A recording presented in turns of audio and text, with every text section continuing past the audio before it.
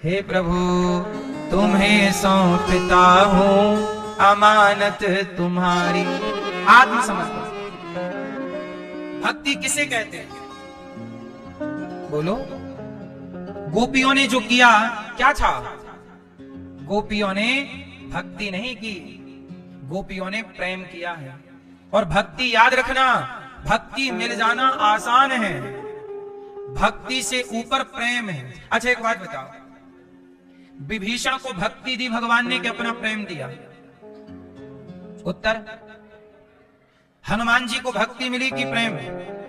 सुनो, भगवान ने विभीषण को अपनी भक्ति तो दे दी, लंका का राजा तो बना दिया, पर विभीषण को राम जी ने अपना प्रेम नहीं दिया। एक बात बताओ, जितना प्रेम हनुमान जी को मिला इतना विभीषण को मिला? उत्तर। जितना प्रेम हनुमान जी को मिला इतना सुग्रीव को मिला। क्यों? क्योंकि भक्ति के अधिकारी बहुत हैं पर प्रेम के अधिकारी सब नहीं है मेरी मां। कोई लाखों में किसी एक को चुनते हैं, अंदर की आवाज को सुनते हैं। वो सब जान लें, पहचान लें, एक बार ये अपना मान ले, फिर आकर गले लगाएंगे। एक बात बताओ, राम जी के मंदिर में विभीषण कहीं दिखाई पड़े आपको? बोलो मेरी माँ। राम जी के मंदिर में कहीं सुग्रीव नजर आए? लेकिन राम जी के मंदिर में हनुमान जी नजर आए कि नहीं? क्यों? क्योंकि सुग्रीव विभीषण को प्रभु ने अपनी भक्ति तो दे दी, लेकिन जिस प्रेम के अधिकारी हनुमान जी हैं। सच बताऊं, जो प्रेम हनुमान जी को दिया, भरत जी को भक्ति मिली कि प्रेम? कौन? भरत जी भी प्रेम पाए? नहीं पाए। भरत जी के प्रेम को ही गोपियां फॉलो करती, उच्च कोटि की का प्रेम है भरत जी का। इसलिए हनुमान जी को क्या कहा? तुम मम प्रिय भरत ही सम भाई। हनुमान जी को किसकी तरह भाई बनाया राम जी ने? हाँ, तुम मम प्रिय भरत ही सम भाई। हे हनुमान, तुम हमारे को इतने प्रिय हो जितने प्रिय हमारा। क्यों नहीं कहा तुम मम प्रिय लक्ष्मण सम भाई? लक्ष्मण जी की तरह नहीं बोला। किसकी तरह? किसकी तरह? भरत। अर्थ न धर्म न काम रुचि, गति न चाहो निर्वाण, जन्म जन्म रति राम पद, यह वरदान नयान। अर्थ न धर्म न काम रुचि, हमें प्रेम चाहिए। इसलिए भगवान से कहो प्रभु अपने चरणों की भक्ति और अपना प्रेम दीजिए। राम ही केवल प्रेम प्यारा, जान ले जो जाननिहारा। सच बताओ, सुदामा जी को भक्ति मिली कि प्रेम मिला? क्या मिला? इतना प्रेम अपनी सिंहासन पर बिठाते हैं और सबको बता, आज मेरा यार आया है, आज मेरा मित्र आया है, मेरा बचपन का मित्र है, साथ में हम पढ़ते थे, खेलते थे। आज हंस हंस के सबको सुनो सुनो, आज पागलों की तरह कन्हैया दौड़ रहे, सुदामा सुदामा। वाह, ये जितना अच्छा रिश्ता निभाते हैं ना, इंसान इतना अच्छा रिश्ता नहीं निभाता। गरीब फटी धोती वाले गरीब आदमी को जिसे लोग भिखमंगा कह रहे हैं, उसे आसन पर बिठाकर आंसू बहाकर सम्मान दे रहे हैं। इतना सम्मान कोई इंसान किसी को दे सकता है जितना भगवान सुदामा को दे रहे हैं? आप ही बताइए। इसलिए मेरी माँ, भगवान जितना केवल, इसलिए कहता हूं, जगत के लिए क्यों रोते रहते हो? भगवान के लिए रोया करो। सुदामा को कहां बिठाया? अपने आसन में। सुदामा जी द्वार पे खड़े हैं, लोग पूछ रहे हैं कौन हो? मैं सुदामा हूं। कहां से आए हो? भैया मैं वहां से आया हूं, सुदामापुरी से। अच्छा, पोरबंदर से। कौन हो? मैं मित्र हूँ कन्हैया का। सुदामा खुश है, मेरा मित्र है। लोग हंस रहे, हा हा, देखो भीख मांगने का क्या नया बहाना ढूंढा है। राजा को बना मित्र कह रहा। अरे कहाँ कृष्ण हो, कहाँ तुम? कोई तुलना है, बराबरी है? सुदामा बोले नहीं, ऐसे ना कहो, वो सच्ची हमारे मित्र, हम झूठ थोड़ी कह रहे हैं। सोचिए, सुदामा कह रहे हैं कि हमारा मित्र है, कोई भरोसा नहीं कर रहा, सब कह रहे झूठ बोल रहा। गरीबी में सच भी कहे ना आदमी तो झूठ लगता है। बोलो हाँ, सुदामा गरीब है ना, सच कह रहे हैं और झूठ लग रहा है। अरे तो झूठ बोल रहा, भीख मांगने का तरीका निकाला है इसने नया। तब सुदामा जी ने कहा, कोई घनश्याम से कह दो तुम्हारा यार आया है, तुम्हारा यार आया है। कोई घनश्याम, ए भैया कोई तो जाकर कह दो, कोई घनश्याम से कह दो तुम्हारा यार आया है, तुम्हारा यार आया है। क्या नाम है? सुदामा नाम है मेरा, सखा घनश्याम है मेरा। सुदामा नाम है मेरा, सखा घनश्याम है मेरा। मेरा नाम सुदामा, सखा है। द्वारपाल घबराया, इस फटे कपड़े वाले के मित्र ये कैसे हो सकते? न घबराओ, कहो जाकर दिया है द्वार पर डेरा। मैं द्वार पे ही बैठा हूं, घबराओ मत, कहो। रहे हैं साथ कुछ दिन ये, यही अधिकार लाया हूं, यही अधिकार लाया हूं।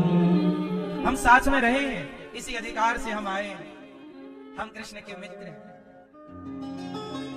हुई दुर्बल मेरी हालत, पड़े हैं पांव में छाले। हमारे पांव देखो, इतनी दूर से आए हैं भैया, लौटाओ ना, एक बार दर्शन करा दो। ना पहचानेंगे कोई बात नहीं, एक बार तुम सूचित तो करो। नहीं पहचानेंगे तो मैं समझ लूंगा, जब मेरा कन्हैया बड़ा हो गया है अब नहीं पहचानता। हुई दुर्बल मेरी हालत, पड़े हैं पांव में छाले। निहारो कौन आया है, अरे ओ द्वारिका वाली। निहारो कौन आया है, अरे ओ द्वारिका वाले, अरे ओ द्वारिका वाले, अरे ओ द्वारिका वाले।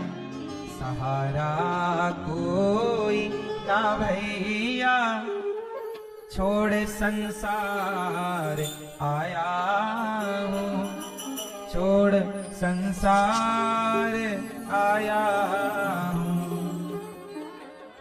कोई घनश्याम से कह दो तुम्हारा यार आया है, तुम्हारा यार आया। सुदामा बोले एक बार तो कह दो। द्वारपाल बोला अच्छा मैं जा रहा हूं। द्वारपाल गया। द्वारिकाधीश की जय हो। क्या हुआ द्वारपाल, घबराए क्यों हो? प्रभु द्वार पर कोई आदमी आया है, व्यक्ति कहता है कि वो आपका मित्र है, सखा है। फटे से कपड़े हैं, धोती फटी सी, लटी दुपटी, अरु पाय उपासन की नहीं सामा। द्वारे खड़ो दुज दुर्बल, द्वारे खड़ो दुज दुर्बल, रहो पूछक सो वसुधा विरामा, पूछत दीन दयाल को धाम, बतावत आपनो नाम सुदामा। पूछत दीन दयाल को धाम, बतावत आपनो नाम सुदामा। वो आपका नाम पूछ रहा, भगवान ने कहा उसका नाम क्या? सुदामा। दौड़ पड़े, सुदामा, मित्र सुदामा, सुदामा। सुदामा जी द्वार पर खड़े, बड़ी देर हो गई आए नहीं, जाने लगे तब कानों में आवाज आई, सुदामा। पलट कर देखे, वही घुंघराले से बाल, वही छवि, सुदामा चरणों में गिरने वाले। भगवान ने उठाकर हृदय से लगा दिया। मित्र, इतनी देर कर दी तुमने आने में?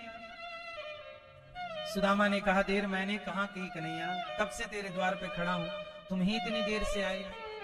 चलो अच्छा। अपने सिंहासन पर ले जाकर बिठाते हैं, रुक्मणी जी से कहते हैं जरा पानी लाओ, मित्र के पांव पखार लो।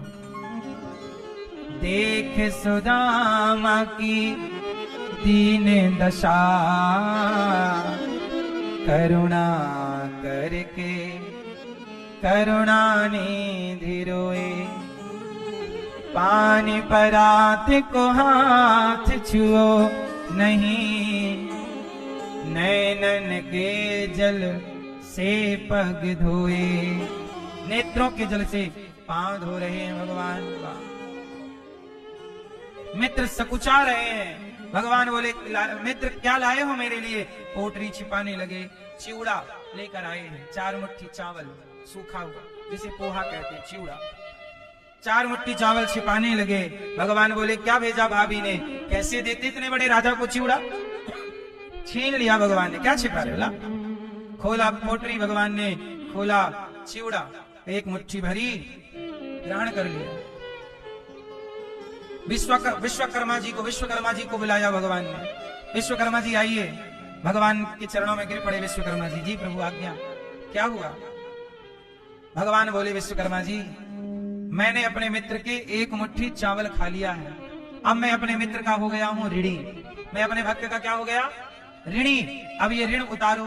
तो विश्वकर्मा जी बोले, आज्ञा। बोले, जाओ सुदामा जी का घर महल बना दो, धन धान्य भर दो, सब कुछ दे दो सुदामा को, जितना इंद्र के पास सुख संपत्ति है सब सुदामा को दो। विश्वामित्र जी हो। विश्वकर्मा जी बोले, प्रभु इतना कुछ देना जरूरी है? भगवान बोले, हाँ हम ऋणी हो गए। क्या लिया आपने? 1 मुट्ठी चिवड़ा। 1 मुट्ठी चिवड़ा, 1 मुट्ठी चावल खाए, सो कह रहे हैं ऋणी हो गए हम।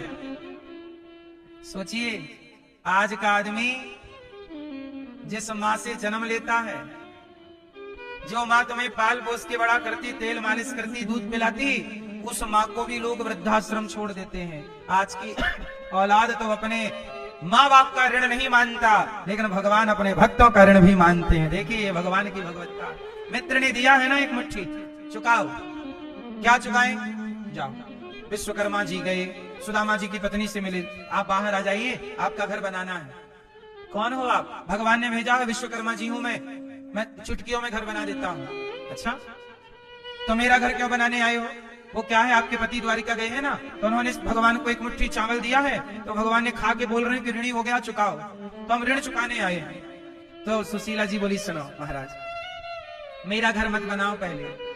मैं जिस गांव में हूं, इस गांव में मेरे पति गांव में भिक्षा मांग के लाते थे सब। भैया भिक्षाम देही भिक्षाम।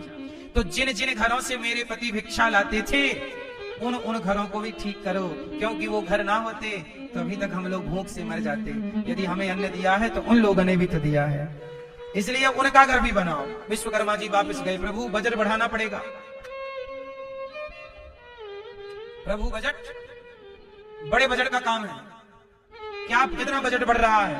वो सुशीला जी कह रही है कि हमारा अकेले घर ना बनेगा, गांव भर का बनाओ।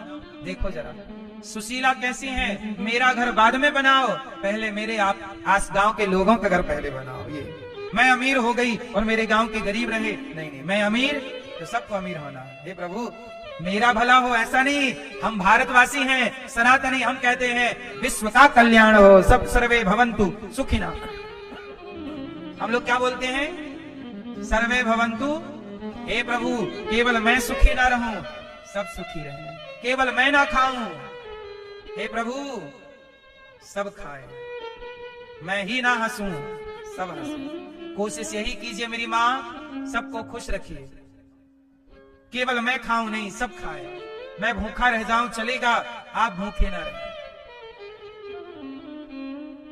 आप भूखे ना रहे। हाँ भैया, हम भारतवासी हैं ना, खिला के खाते हैं ना। सुशीला माँ का ये संस्कार, विश्वकर्मा जी गए, भगवान ने कहा बना दो। पूरी नगरी जो पोरबंदर थी, पूरी सुदामा नगरी के नाम से जानी गई।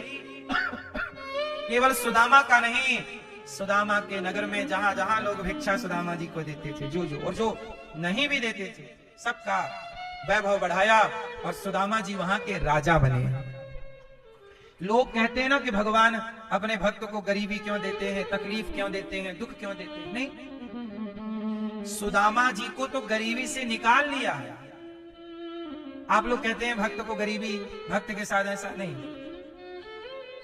भगवान कभी अपने भक्त के साथ दुर्व्यवहार नहीं करते। भगवान अपने भक्त के साथ कुछ नहीं, धन देते हैं। बताओ, विभीषण को लात मार के निकाला भाई ने, बोलो हाँ कि ना मैया, हाँ कि ना। सुदामा जी को, विभीषण जी को रावण ने लात मार के निकाला। लात मार के जिसे निकाला, जब वो विभीषण राम की शरण में आए तो लंका का राजा बना दिया कि नहीं भगवान ने। लात खाने वाले को भी राजा बना रहे हैं। सोचो, जो शरण में आएगा, दुखी आया था, रोता आया था, हंसता हुआ कर दिया कि नहीं भगवान ने विभीषण को। और केवल विभीषण नहीं, सुग्रीव का हाल बताओ। सुग्रीव भी दर दर की ठोकर खा रहे थे, भाई लात मार रहा था, बोला हाँ। लेकिन वो सुग्रीव जिसे अपनों ने सताया, राम जी ने गले लगाया और किष्किंधा का राजा बनाया कि नहीं। तुम भगवान की शरण में आओ तो तुम्हें भी राजा ना बना दे तो कह देना, वो तो राजा बनाते हैं, किसी नहीं बनाया। लोग कहते हैं जो भक्ति कर रहा है वो परेशान है। भक्ति तुम ठीक से करो ना। तुम भक्ति की परिभाषा समझते हो? क्या है भक्ति? भक्ति का मतलब ये नहीं है कि मैं गरीब हूं, मैं ये हूं, मैं वो हूं। भक्ति में ये होता है, शिकायत नहीं होती। भज सेवायाम धातु से भक्ति बनती है, सेवा करना भक्ति है। पर शिकायत, अच्छा एक बात बताओ, यदि हम भगवान से शिकायत कर रहे हैं, हे भगवान तुमने ये नहीं, अच्छा ये बताओ, सुदामा जी इतने गरीब थे, रोटी नहीं थी, क्या उन्होंने कभी शिकायत की कि कन्हैया तूने मुझे ये नहीं दिया? पूरी जिंदगी में कहीं मिला आपको कि सुदामा जी ने शिकायत की? जो भक्त होगा वो शिकायत नहीं करता। और आजकल लोग क्या करते हैं, हे भगवान तुमने तो ये नहीं दिया। क्यों? भगवान तुम्हारे बाप के नौकर हैं क्या कि जो तुम मांगोगे दे देंगे? भगवान तुम्हारे नौकर लगते हैं? हे भगवान ये नहीं दिया, हे भगवान क्यों? तुम अपने बाप से मांगो। भगवान भगवान है, तुम मांगते रह दो, ये दे दो, वो दे दो, वो नहीं दिया, अरे भगवान अच्छे नहीं है, भगवान दे दो, सुनते नहीं। कितना तुम भगवान पे आरोप लगाते हो। भगवान है। अरे मेरी मां, तुम्हारे भाग्य का रोना तुम्हें ही तो रोना पड़ेगा ना। यदि तुम्हारे भाग्य में दुख है, इसमें भगवान क्या करेंगे? सीता मैया के भाग्य में जंगल का दुख था, तो वो तो राम की पत्नी है, लेकिन कर्मों का फल तो सीता मैया को भी उठाना पड़ा कि नहीं? सीता मैया को भी जंगल में लकड़ी काटनी पड़ी, लवकुश को वहीं जन्म देना पड़ा। क्यों? कारण था। पद्म पुराण में छोटी सी कथा है, मैंने एक दिन सुनाई थी, एक कथा और है, सुनाई देता हूं। सीता मैया से पाप हो गया था। सीता मैया से क्या हो गया था? एक पाप। उस पाप के कारण राम से अलग होना पड़ा था। वो पाप क्या था? सोचिएगा, पाप यदि सीता मैया से भी होगा तो उन्हें भी भोगना पड़ेगा, तो फिर तुम बचोगे। सीता मैया ने बचपन में एक छोटा सा तोता और तोती थी। तोती चिड़िया जो है तोती, वो बेचारी पेड़ पर बैठी तोते को राम कथा सुना रही थी। तोती बताई राम जी राजा होंगे अयोध्या के, सीता जी पत्नी होंगी। सीता जी ने सुना कि तो हमारी कथा सुना रही है। सीता जी गई। उस समय सीता जी छोटी सी थी। ये तब की घटना है जब वो जनकपुर में थी, पिता के घर बगीचे में खेलने गई, तो वहां एक तोती राम जी के बारे में बता रही थी। तो वो तोती को पकड़ के ले आई। पकड़ लिया सीता जी ने, पकड़ा और पिंजरे में डाल दिया। अब वो तोती चिल्लाती रही, सीता छोड़ दो छोड़ दो। मैं गर्भवती हूं। उस समय वो तोती क्या थी? गर्भवती थी। तोती चिल्लाती रही कि मुझे आकाश में उड़ने दो, मेरा पति है तोता, उसके दूर ना करो। सीता जी बोली नहीं, तुम हमारी कथा सुनाओ, बढ़िया कथा सुनाती हो। सीता एक ना सुनी और जिद करने लगी, सुनाओ, तुम्हें जो चाहिए दूंगी। 2-4 दिन में बेचारी वो तोती आजाद आसमान में उड़ने वाली को पिंजरे में कैद कर दिया, पति से दूर कर दिया। बेचारी वो तड़प तड़प के मर गई। और जब तोती मरी तो तोती के तोते ने शाप दे दिया। शाप दिया, ध्यान रखना, शाप दिया कि सीता, जैसे तुमने हमारी पत्नी को गर्भावस्था में हमसे दूर कर दिया, ऐसे जब आप गर्भवती होंगी तो आपके पति आपको अपने से दूर कर देंगे और कारण मैं बनूंगा। वही तोता मर करके अगले जन्म में धोबी बनकर पैदा हुआ, जिसके कहने से सीता मैया को वनवास जाना पड़ा। यूं ही कोई घटनाएं नहीं घट जाती, यूं ही नहीं हो जाता, कुछ कारण होता है तब कार्य होता है। सीता मैया ने तोती को उसके पति से अलग किया तो इन्हें भी अलग होना पड़ा गर्भावस्था में। ये कथा ये बताती है कि कर्मदंड भगवान की पत्नी को भोगना पड़ा। तो तेरा क्या होगा रे कालिया?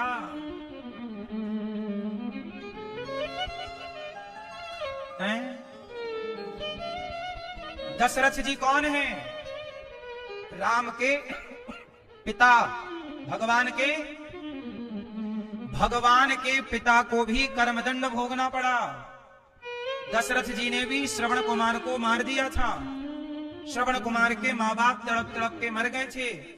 बोलो हाँ। जब इन्होंने किसी के बेटे से, किसी के पिता से उसका बेटा छीना तो विधि के विधान ने दशरथ जी से भी दशरथ जी का बेटा छीन लिया। बोलो हाँ। श्रवण के माँ बाप मरे तब श्रवण उनके पास नहीं था। ऐसे दशरथ जी जब मरे तो दशरथ जी के 4 बेटों में एक भी उनके पास नहीं था।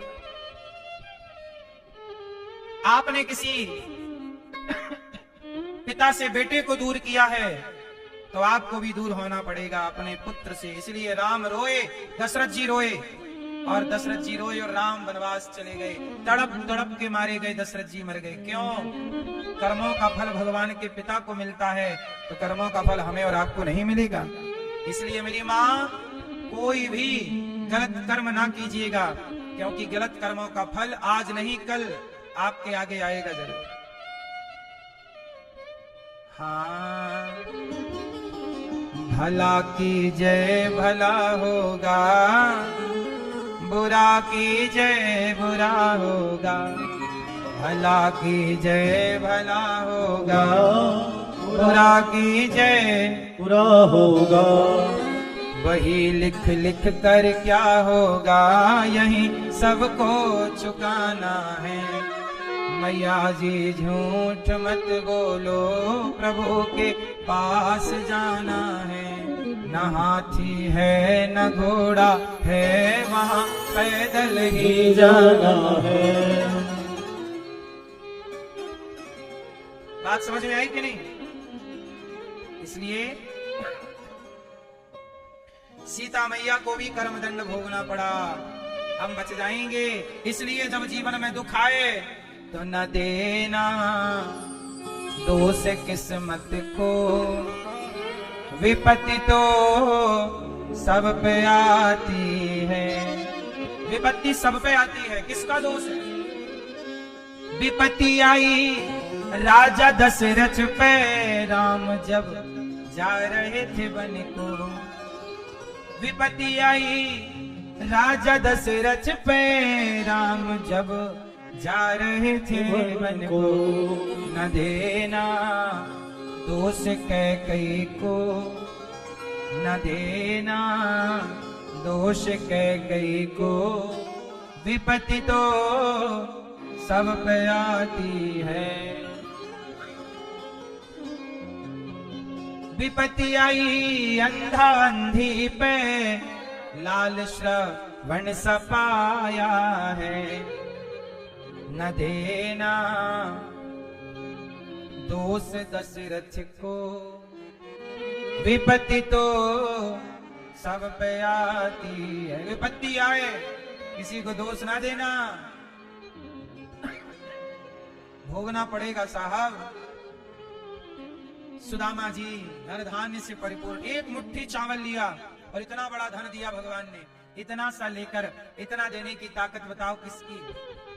भगवान की। इसलिए मेरी माँ इतना सा लेता है, इतना देता है, तो इतना सा भी देना बंद ना कर देना।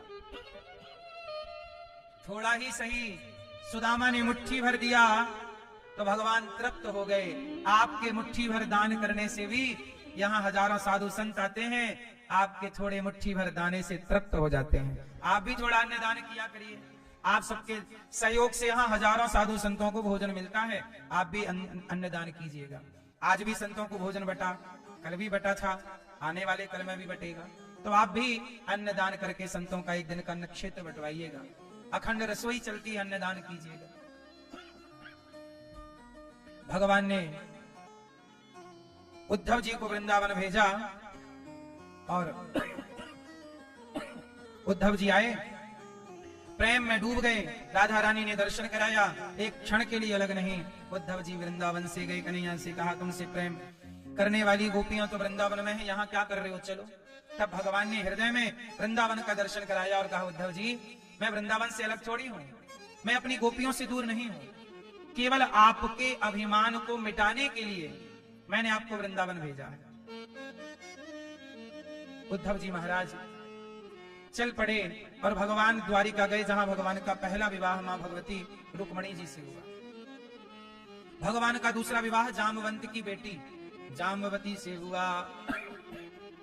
तीसरा विवाह भगवान का सत्यभामा से हुआ, चौथा यमुना जी से, पांचवा मित्रविंदा से, छठवा सत्या से, सातवां भद्रा से, आठवां लक्ष्मणा से।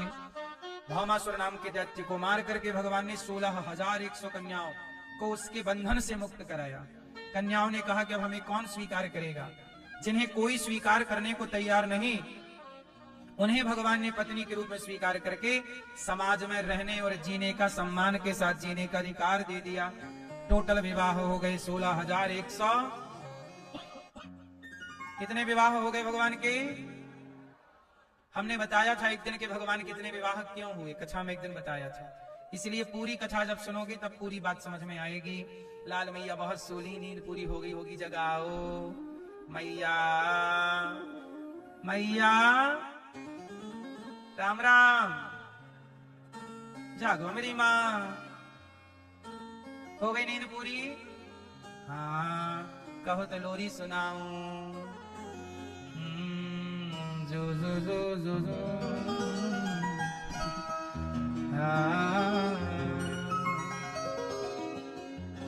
यशोदा का नंद लाला।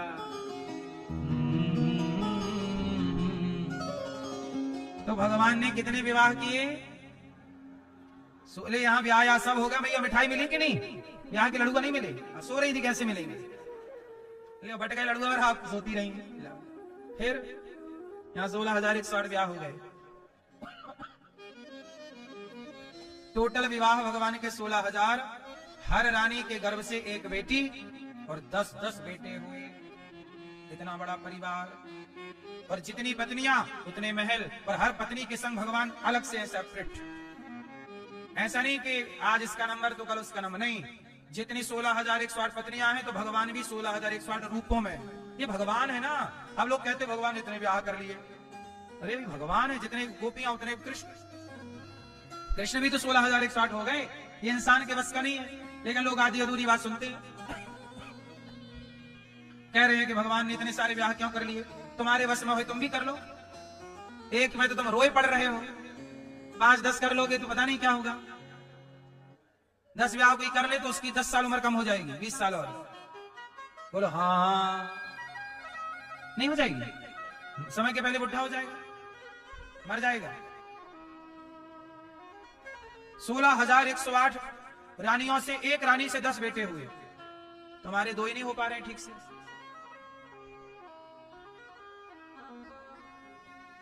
कम से कम आप लोग भी तो बच्चे, भगवान इतने सारे प्रकट किए। आप लोग आजकल एक वाला सिस्टम पाल बैठे हैं, हम 2 हमारा 1। थोड़ा बढ़ाओ संख्या है क्यों दादाजी? संख्या सनातनियों की कम होनी चाहिए कि ज्यादा? अरे विधर्मियों की संख्या बढ़ रही है। और तुम्हारी घट रही है, फिर तुम्हारे बच्चे सेफ रहेंगे आगे। इसलिए बढ़ाना है, जिनकी अभी हिम्मत है अभी और आने दो।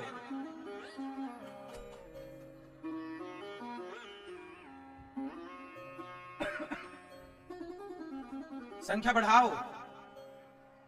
जिसकी लाठी संख्या ज्यादा होनी चाहिए। है क्या?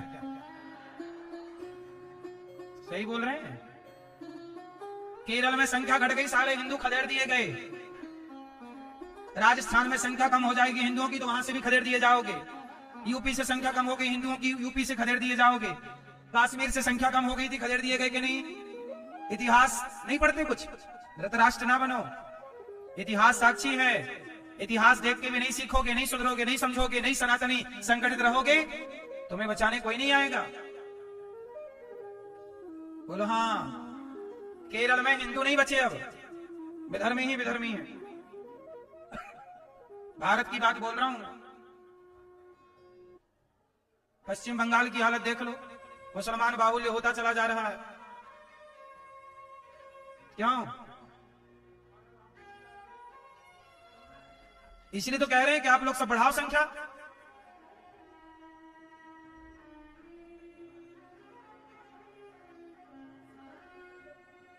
हाँ, इसलिए मेरी मां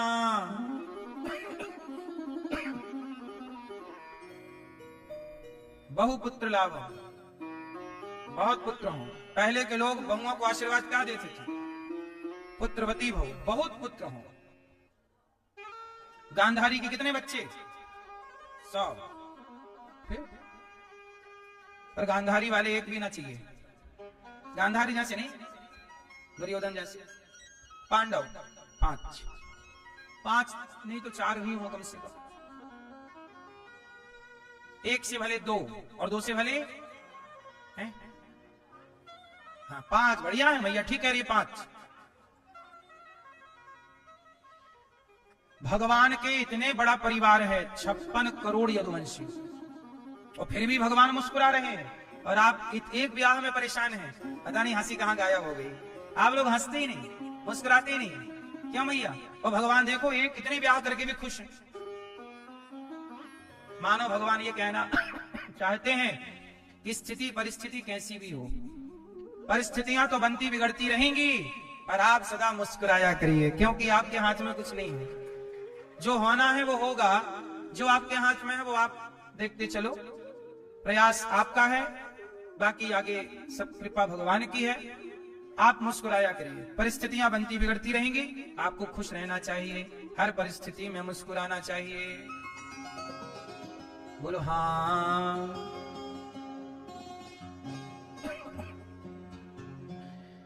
तो भगवान ने इतना सुंदर कार्य किया। एक दिन भगवान अपनी पत्नियों के संग केवल ब्याह नहीं कर लिए, हंसते मुस्कुराते हैं। पति पत्नी में क्या होना चाहिए? बताओ, पति पत्नी में प्रेम होना चाहिए कि अच्छा व्यवहार होना चाहिए? पति पत्नी के बीच में प्रेम हो कि अच्छा व्यवहार हो? क्या हो?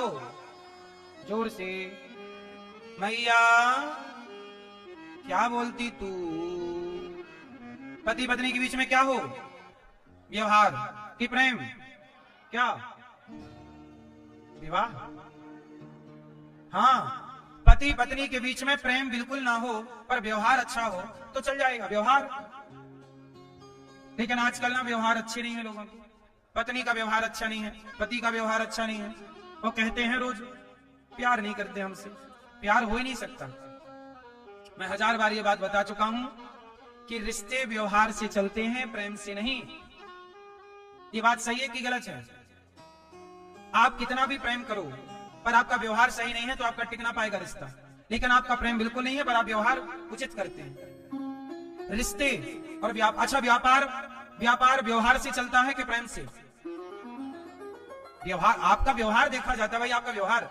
आप यहाँ आए तो हमने आपका व्यवहार देखा, आपने हमारा व्यवहार देखा।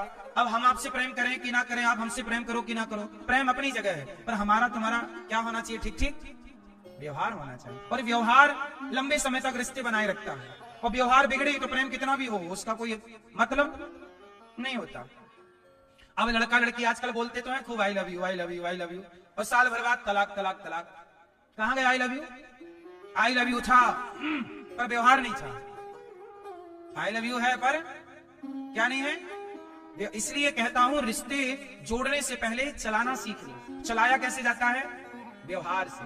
पत्नी का पति के प्रति अच्छा व्यवहार हो, पति का पत्नी के लिए अच्छा व्यवहार हो। क्या व्यवहार होना चाहिए? पत्नी का क्या व्यवहार होना चाहिए? मैया ओ मेरी माँ, आप जा रही हो मैया? जाओ, जाते जाते ये तो बता जा पत्नी का व्यवहार कैसा होना चाहिए। हाँ, जाओ अच्छा जाके आओ। ए मैया आप बताओ। क्या मीठा बोले? कोयल पाल लो एक। कोयल से कोचिंग ले लेना कैसे मीठा बोलती है। सुनो, आपस में व्यवहार कैसा होना चाहिए? देखो, मैंने आज तक जो सीखा समझा, मैंने जितना जाना दुनिया को, वो मैं आपको शेयर कर रहा हूं। आज के युग में ना कोई अपने स्वाभिमान और सम्मान से समझौता नहीं करता। मूल बात जो हम बोल रहे हैं वो सुनो। हम आपसे केवल ये चाह रहे हैं, आप लोग हमारे साथ ऐसा व्यवहार करिएगा। देखो, हमारी तो छोड़ दो, हमें तो आप 4 गालियां भी दोगे तो हम आपको रिप्लाई नहीं करते। हमें तो आप कुछ भी बोलते रहते। अब न्यूज वाले नहीं, दिन भर भाव भाव भाव चलता रहता उनका। कहां कुत्तों के मुंह लगे? किस किस के मुंह लगे आप ही बताइए। तो हम तो देखिए रिप्लाई करते नहीं है। लेकिन आप लोग ना थोड़ा समझ के चलो। आप लोगों का इसलिए बोल रहे हैं क्योंकि हम तो देखो सह लेते हैं। जितना हम सह लेते हैं शायद आप ना सह पाओ, इसलिए हम आपके लिए बोल रहे हैं। हमारे लिए भी ये बात लागू होती है, हम तो सहते ही हैं। आपको बोल रहे हैं कि कभी किसी के प्रति ऐसा कोई व्यवहार ना करना कि उसके स्वाभिमान और सम्मान में ठेस पहुंच जाए। पहला, जैसे आजकल पति पत्नी की लड़ाइयां होती हैं तो पति क्या बोलता है? अरे तेरी तो माँ ऐसी, तेरा तो बाप ऐसा। आपने बोल दिया ना तेरा बाप ऐसा, तेरी माँ ऐसी। पत्नी समझदार है तो ठीक है, लेकिन यदि समझदार नहीं हुई तो क्या है, जब पत्नी के माँ बाप को आप बोल देते हैं ना तो रिश्ते बिगड़ने स्टार्ट हो जाते हैं। इसलिए कितनी भी लड़ाई झगड़ा हो, कैसी भी बातें हो, पर मुझे एक बात बताओ, लड़ाई आप दोनों की हो रही है, आप दोनों एक दूसरे के माँ बाप को क्यों घसीट लेते हैं? और अक्सर पति पत्नी के रिश्तों में उनके माँ बाप आके खड़े हो जाते हैं। ये बात सही है कि गलत है? तेरा तो बाप ऐसा, तेरी तो माँ ऐसी, तेरा भी बाप ऐसा, तेरी भी माँ ऐसी, तू कौन सा दूध का धुला, तेरी माँ दूध की धुली। ये सब बातें नहीं बोलना चाहिए। सब बातें क्यों नहीं बोलना चाहिए? कल आप एक हो जाओगे पति पत्नी, लेकिन जो आपका बोला हुआ है वो जाएगा। कहते हैं ना, भर जाते हैं वो घाव जो बनते हैं गोली से, पर वो घाव नहीं भरते जो बनते हैं कड़वी।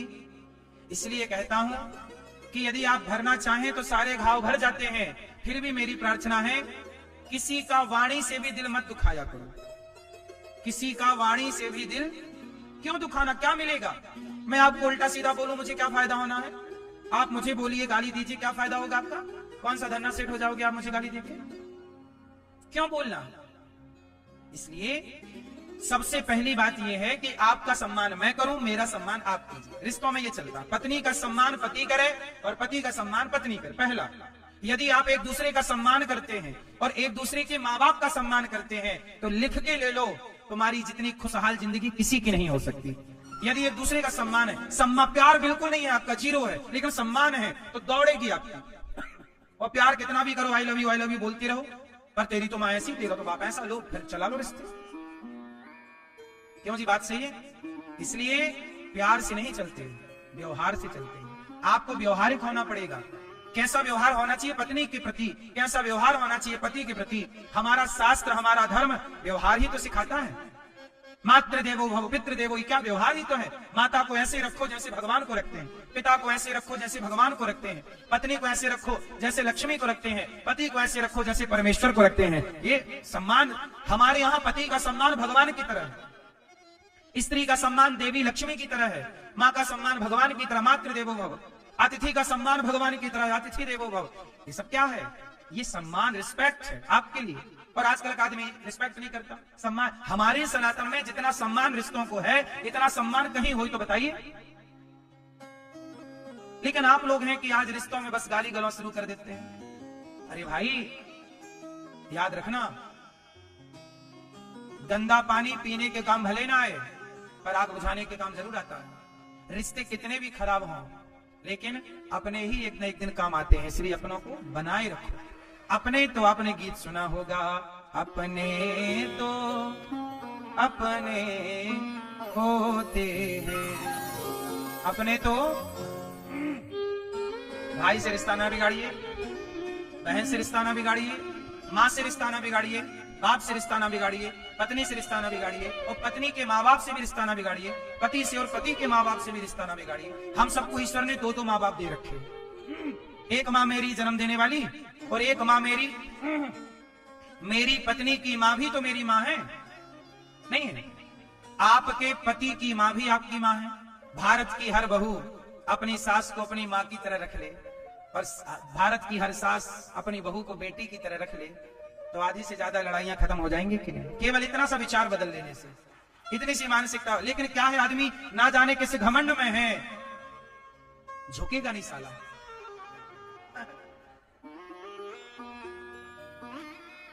पता नहीं किस घमंड में, इसलिए झुकेगा नहीं तो टूटेगा, झुकेगा नहीं तो, इसलिए झुकने का, झुकता वही है जिसमें जान होती है, अकड़ खास मुर्दे की पहचान होती है। इसलिए भगवान ने इतना बड़ा परिवार बनाया और रिश्ते लेकर के चल रहे हैं। सोचो ना, भगवान की बहन पर संकट आ गया, द्रौपदी पे। कहां आया? हस्तिनापुर। उस समय कन्हैया कहां थे? द्वारिका। खा रहे थे, रुक्मणी जी परोस रही थी, और रुक्मणी जी परोस रही हैं, और वहां द्रौपदी के कपड़े उतारे जा रहे, और द्रौपदी सबको बुला रही, अर्जुनाओ भीमाओ सभा, सबको बुलाया। कहां जा छिपे हो प्यारे कन्हैया, सबको बुला के छक गई। गुरु द्रोण बोलो, पितामह बोलो, तुमसे तुम्हारी ये बहू पूछती है। पांचों पति आज बैठे सभा में, महलों की रानी लूटी जा रही है। द्रौपदी सबसे न्याय मांग चुकी, कोई ना मिला। तब द्रौपदी ने अपने भाई को याद किया। देखो, रिश्तों में यदि बहन संकट में है तो भगवान हर रिश्ते को निभाते हैं। भक्त भगवान के रिश्ते को निभाया सुदामा को, और बहन भाई में जरूरत पड़ी, और बहन ने पुकारा तो द्वारिका से ऐसे दौड़े कि साड़ी उतर ना पाई, और कृष्ण पहुंच गए और खींचने लगे, खुद साड़ी बन करके खींचता गया। साड़ी बीच नारी है कि नारी बीच साड़ी है, कि साड़ी ही की नारी है, कि नारी ही की साड़ी है। तब द्रौपदी ने कहा, मूर्ख दुशासन, ना साड़ी बीच नारी है, ना नारी बीच साड़ी है, ना साड़ी ही की नारी है, ना नारी ही की साड़ी है। ये तो वृंदावन बिहारी है जो चीर बनकर खिंचा जा रहा है, खिंचा जा रहा है। सबको दिखाई नहीं पड़ रहे, द्रौपदी को दिखाई पड़ रहे हैं। बस मेरी माँ, वो संबंध निभा रहे हैं, वो बहन का भी निभा रहे हैं, वो भक्त का भी निभा रहे हैं, वो पुत्र का भी निभा रहे हैं, सबका निभा रहे हैं। और हम लोग हैं 4-6 रिश्ते हैं, वही नहीं निभा पा रहे हैं। इसलिए मेरी माँ, द्रौपदी की लाज जिन्होंने बचाई, द्रौपदी के रक्षक जो हैं, मेरे भी रक्षक वही भगवान। इसलिए मैं किसी को ना पुकार कर भगवान को पुकारूं। भगवान बड़े प्रेम से खुश रह रहे हैं, अपने रिश्तों को मजबूत रख रहे हैं। ये सारी बातें सोचिए भागवत जी की हैं। भागवत जी में हर बात है जिससे आपका जीवन खुशहाल हो, भक्ति भी बढ़े, प्रेम भी बढ़े, सब कुछ। लेकिन रिश्तों में क्या चाहिए वो मैंने बताया, व्यवहार चाहिए। भगवान ने अनिरुद्ध का विवाह बाणासुर की बेटी उषा से कराया। एक राजा थे नृग, उन्होंने गौदान किया, और गौदान करने के बाद उनका कोई पाप था जिसके कारण गिरगिट बनना पड़ा। तब भगवान ने उन्हें कृपा की, गौदान किया, इसलिए उन पर कृपा हुई, और गिरगिट की योनि से मुक्त करके भगवान के धाम गए। मरने से पहले 3 काम जरूर करना। पहला काम, मरने से पहले गौदान करना। गाय की पूंछ पकड़ के वैतरणी से हम सबको पार होना है। एक बार जीते जी गौदान कर लेना, मरने के बाद भरोसा नहीं है कौन करता है, नहीं करता। पहला काम, मरने से पहले गौदान कर लेना। दूसरा काम, मरने से पहले भागवत सुन लेना, जीते जी मरने के बाद। अब ये मैया तो अपने स्वर्गीय पति को सुनवा रही है भागवत, अपने स्वर्गीय बच्चों को सुनवा रही है भागवत। पर सारी स्त्रियां या सारे पुरुष ऐसे थोड़ी होते हैं। कुछ लोग तो अपने पत्नी के लिए, अपने पति के लिए कुछ लोग करते हैं, तो कुछ लोग कुछ भी नहीं करते। हाँ या ना? इसलिए हम कह रहे हैं भैया अपना अपना पुण्य का काम करते चलो, किसी के भरोसे ना बैठो। अब ये मैया करा रही हैं, सब थोड़ी सोच पाते हैं ऐसा। हाँ या ना? बहुत लोगों के पास धन है, फिर भी वो अपने पिता के लिए, अपनी माँ के लिए कुछ नहीं कर पाते। संपत्ति माँ बाप की ले ली, पर उनके नाम से भागवत जी की पोथी पाठ भी नहीं कराया। आज यहाँ भक्तों ने, बहुत सारे भक्तों ने अपने माँ बाप के लिए, पितरों के लिए पोथी पाठ कराया। गौरी गोपाल में पितरों के लिए पोथी पाठ, इसलिए यहाँ पोथी पाठ होते रहते हैं कि आप लोग अपने माता पिता के लिए कुछ ना कुछ पोथी पाठ ही करा दो, तो उनकी सदगति तो प्रशस्त हो जाएगी। इसलिए अभी पोथी पाठ आज पूरा हुआ, जिन यजमान परिवारों ने कराया उनका प्रसाद उन्हें मिला, जो नहीं आ पाए उनका कोरियर के द्वारा घर पे पहुंचेगा। पर आप लोगों ने बड़ा पुण्य किया कि अपना कम से कम ऋण तो पूरा कर दिया। अभी फिर आगामी पोथी पाठ होंगे दिसंबर के आखिरी महीने में, दिसंबर में, इसी महीने में आखिरी में।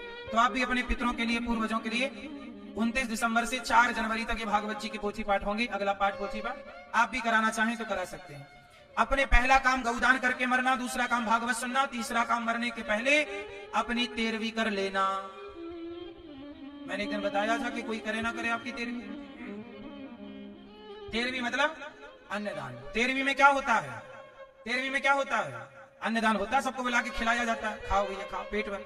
तो मरने के बाद अपने नाम से पेट भर खिलाओगे ब्राह्मणों को, संतों को, गरीबों को। अरे मरने के बाद तो होगा ही जो होना है, पर जीते जी भी तो किसी साधु संत को, वृद्ध माँ को और सेवा अन्नदान की करके चलो। जीते जी खिला पिला के चले, मरने के बाद बच्चे करेंगे, प्लस ही होना, माइनस क्या है? तो 3 काम कर लेना जीते जी, गौदान, भागवत सुन लेना और अन्नदान कर लेना। 3 काम किसी के भरोसे न छोड़ना।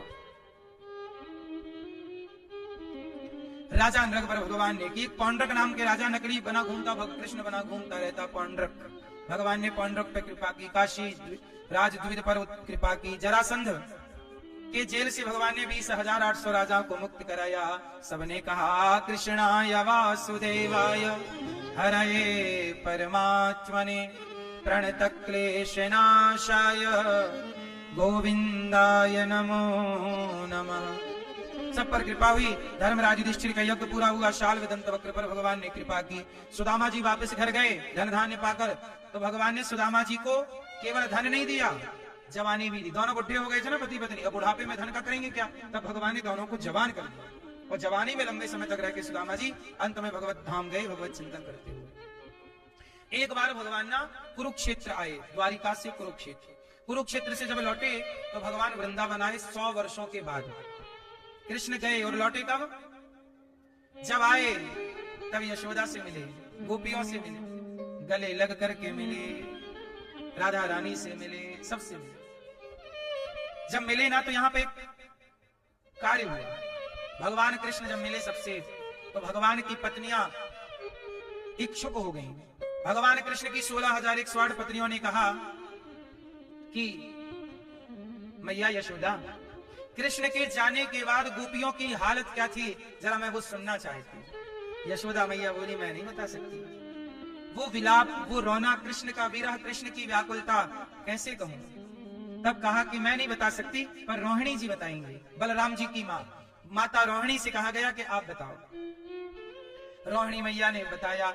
सभा लगी, सब लोग बैठे, भगवान कृष्ण की पत्नियां 16,108 और गोपियां तो सब चुपचाप बैठी कथा सुन रहे। अब कथा चालू होगी। कृष्ण जब छोड़ कर गए तो जाने के बाद उनकी हालत क्या थी, इस पर बातें थी।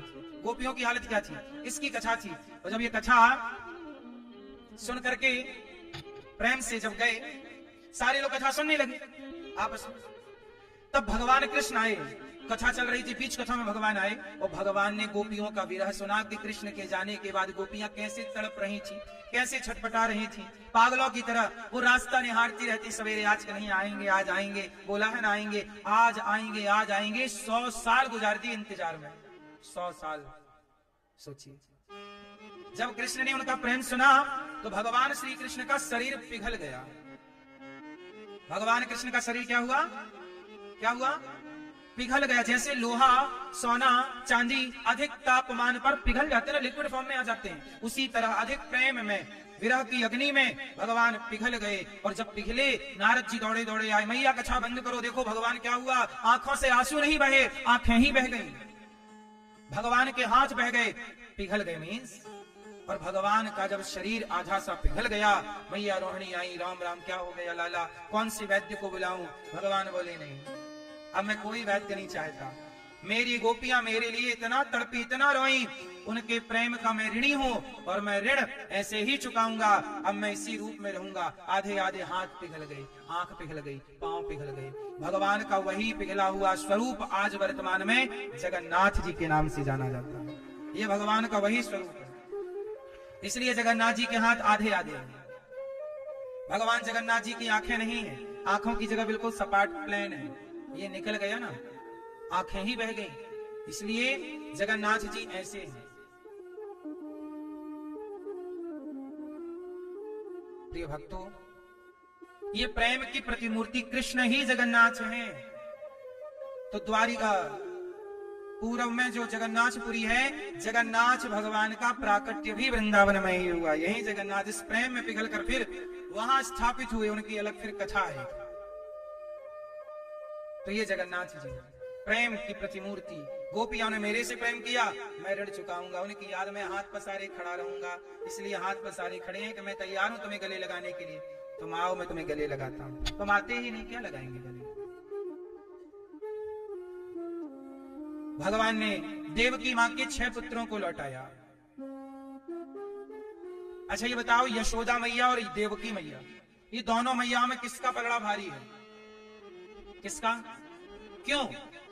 जबकि भगवान कृष्ण यशोदा मैया के पास केवल लगभग 11 साल रहे, 10.5 11 साल, और बाकी के 125 साल में आप 11 साल माइनस कर दीजिए, तो बाकी पूरा टाइम भगवान कृष्ण माता देवकी के साथ रहे। फिर भी देवकी माँ का पलड़ा भारी नहीं है। क्यों? क्योंकि यशोदा और देवकी माँ में अंतर केवल इतना है कि देवकी माँ ने एक दिन कन्हैया से कहा कि कन्हैया, मैंने सुना है कि तुम भगवान हो, तुमने अपने गुरुजी के मरे हुए पुत्रों को जीवित करके परे हुए पुत्र को लौटाया था, तो कंस ने जो हमारे पुत्र मार डाले उन्हें भी आप जिंदा करो। तो मैया देवकी ने कन्हैया जैसा बेटा पाकर और कौन सा बेटा पाने की कामना होनी चाहिए, पर मैया देवकी बोली मेरे वो बेटे लौटाओ जो कंस ने मार दिए थे। तो मरे हुए सारे बेटों को भगवान ने जिंदा करके दिया। कौन जिंदा कर सकता है? भगवान दे दिए। तो देवकी मैया का पलड़ा कम। क्यों? क्योंकि भगवान को पा लेने के बाद भी कुछ और पाने की कामना है। पर यशोदा मैया का प्रेम ऐसा है कि कृष्ण के बाद चाहती तो यशोदा कृष्ण से कुछ मांग लेती, तो क्या मना कर देते कि जा रहा है तो ये देकर जा? नहीं, कृष्ण के अतिरिक्त कुछ ना चाहा वो यशोदा मैया है, और कृष्ण के अतिरिक्त भी कुछ चाहा वो देवकी मैया है। इसलिए कहता हूं, भगवान के सिवा हमें कुछ ना चाहिए। क्या वैल्यू है ईश्वर के सिवा किसी की? आप बताइए, क्या पाना चाहते हैं आप? भगवान को पा लिया तो क्या बाकी रहा प्रभु भक्तों? इसलिए कहता हूं, जगत में रहो, काम धंधा करो, पैसे कमाओ, बिजनेस करो, व्यापार करो, पर भगवान को ना भूलो, क्योंकि आखिरी में आपको जाना वही है सबको मर के। कौन यहाँ रहा है, कौन रहेगा? ये तो मेहमानी है हमारी तुम्हारी कुछ दिनों की। अच्छे से रह लो, बिंदास जी लो, फिर एक दिन सबको टाटा बाय बाय कह के जाना है। बोलो हाँ कि ना। एक बार भृगु जी ने भगवान को लात मार दिया। लात मारा तो भगवान नारायण को क्या मार दिया? छाती पे लात। किसने मारा? किसने? प्रभु जी ने नहीं, भृगु ऋषि।